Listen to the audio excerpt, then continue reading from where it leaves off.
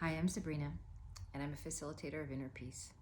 And for the last 2 decades, I have been helping people either in a one-on-one environment or in group classes or in group settings all over the world learn how to deal with uncomfortable emotions. In our path to inner peace, the main issue is really learning how to cope with uncomfortable feelings. And when we are triggered and these uncomfortable feelings come up, without awareness and without proper tools, human beings, we tend to be destructive with some of our choices on how we're going to deal with discomfort. We might try to avoid it, we might try to medicate it, we might try to deny it or suppress it, none of which is conducive to our overall health and well-being and our ability to have peace. So I've created this process called the peace process, which I have been teaching for several years now. And I would like to share it with you so that you have it handy and you can watch this video anytime, come back and reference it, and really learn how to deal with discomfort and cope with some of those feelings that are really rooted in fear, to help you move through life with a sustainable sense of inner peace, with self-confidence, the ability to ground and stay present and centered within yourself. This is our superpower, the power we have to be able to stay centered in each moment, regardless of anything that's going on around us, regardless of what's happening in our lives, in our relationships, in our families, and in our world. So here is the peace process. Step 1. The first step is to simply become aware that you're in some kind of reaction. A reaction can be anything from annoyance, agitation, frustration, anxiety, loneliness, sadness, craving. It could be scarcity, any kind of reaction, anything that feels not peaceful, where all of a sudden your breath gets a little faster and your cells contract and your stomach is in knots perhaps. So this is what we call reaction. So just acknowledging that there is a lack of peace and simply bringing awareness to it. And in that moment, being willing to slow down so you can really be with what's coming up in the moment. The second part of this first step is to engage some diaphragmatic breathing. So for those of you that don't know what diaphragmatic breathing is, it's very simple. Breathing into the belly, breathing in, belly out. Exhale, let the belly drop naturally. So as you're breathing in and out, you're watching your hand move up and down, and this is what's called diaphragmatic breathing. This type of breathing is scientifically proven to slow down the central nervous system and to allow you to get grounded in the present moment and to feel a sense of peace. So it starts to calm things down, to slow down the reaction, and helps unearth some of the emotions that you might be wanting to suppress, depending on the intensity of what you're feeling. So the diaphragmatic breathing just helps us ground and calm down. Step 2. In the second step, we have to become willing to feel the full range of our emotions. This is the tricky part.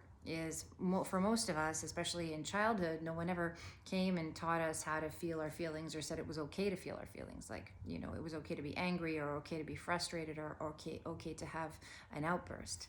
And so now that we are adults and we're taking responsibility for the quality of our own state, it's really important to give ourselves permission to truly feel the fullness of what's there. So to the best of your ability, as you're breathing diaphragmatically, just set an intention for yourself to become willing to feel your emotions, your pain, your sadness, your fear, your frustration, your anger. You can think about some of the moments that may have triggered these emotions for you to facilitate, the emotions starting to come up a little more so you can go a little deeper in your process. So simply becoming willing to feel. The key in this step is to have compassion and non-judgment for ourselves.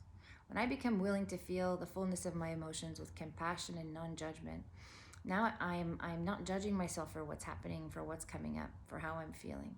I'm really consciously generating compassion for myself, the same way I would for a small child. If a small child was hurting or in pain or scared, how would you soothe the child? Right? And so we are soothing the child in us that is afraid in this moment that we're in reaction. So having non-judgment and compassion is key. This is the self-soothing part of the process. So the first step, we're becoming aware of our reaction, and in the second step, we are feeling the full range of our emotions and giving ourselves compassion and space and unconditional love. And this really helps soothe whatever is going on for us. If you feel unworthy of unconditional love, you can simply think of someone that you care about, or someone that loves you, or maybe you have a pet or some frame of reference for love in your life. And you can think about the love that is exchanged in that interaction and allow yourself to receive it in the moment. Okay, with continued practice, it becomes easier and easier to generate unconditional love for ourselves. Step 3. In the third step, we're moving out of the experience. In 1 and 2, we're feeling, we're allowing, we're emoting, expressing, really deep in the experience of what's happening. In step 3, we're now detaching from what's going on, right? So we're aligning with the witness, which is observing what's happening in our bodies. So taking another deep diaphragmatic breath as you get into the third step, and just really becoming aware of where the body is tense now. We're scanning to see if there's tension in the shoulders or tension in the stomach, and just breathing again, just witnessing any kind of tension in the body. And the question I want you to ask yourself in step 3 is, what is it that I'm afraid of? Every reaction is rooted in fear, as I said in the beginning. And so just be mindful in this step that there might be something that you're not aware of that is causing you anxiety or is causing fear. So what is it that I'm afraid of in this moment? Am I afraid of being abandoned? Am I afraid of being punished? Am I afraid of being not good enough, or getting it wrong, or failing? Right? So just be mindful in this step to really be with this process, and simply asking the question and allowing the answer to come as you stay in the peace process. Step 4. In the 4th step, we become willing to believe something different about ourselves. We become willing to feel something different about ourselves. So in the 4th step, I invite you, now that we've soothed the intensity of the reaction, we've calmed down the central nervous system, we've become aware of what our fear is, now we're going to create an affirmation. An affirmation is a wonderful anchor to help pull us out of a frenzied state, or a sad state, or an agitated state. And so we can say things like, I am worthy of love and support, or I am willing to heal, or I give myself permission to heal or to feel better, or I'm surrounded by love and support, or I'm becoming more and more at peace with myself in this moment. These are all a great variety of affirmations that you can use. You can use one or more. If you're going to create your own, which I encourage you to do, make sure that they're rooted in the present moment and that they're accessible to you and they feel good to say. The key to an affirmation is that it's supposed to stir up positive emotions. We're supposed to feel good when we say them, and it's supposed to feel loving and kind and self-soothing and believable. Definitely believable. So make sure when you say your affirmations, it's something that feels good and feels anchoring for you in the moment.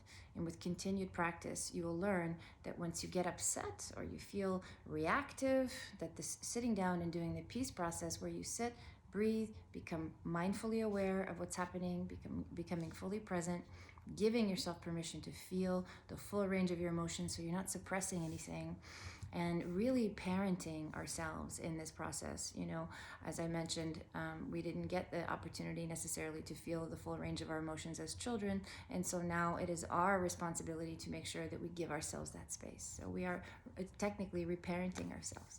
So giving ourselves permission to feel, and then becoming aware of what our fear is. What is the root of this fear? And chances are that whatever you're afraid of in this particular situation or circumstance or context is probably surfacing in other areas of your life. And so as we continuously work through our fear, we start to see the benefits in several areas of our lives as well. Okay, so as we move through this moment, it becomes easier to move through the next, and as follows. So hopefully this peace process is beneficial to you. And finally, as we say the affirmations, this is like the healing balm at the end of the process, where we're able to truly close out the process, having felt our emotions, having experienced them fully, and now having acknowledged our fear, being aware of what it is that we're working with. We are now saying this affirmation to close out our process and to anchor ourselves in positive thinking and positive feeling, and hopefully feeling more and more at peace with ourselves in this moment. I hope this is helpful, And if you have any questions about the peace process, feel free to message me directly. Thank you.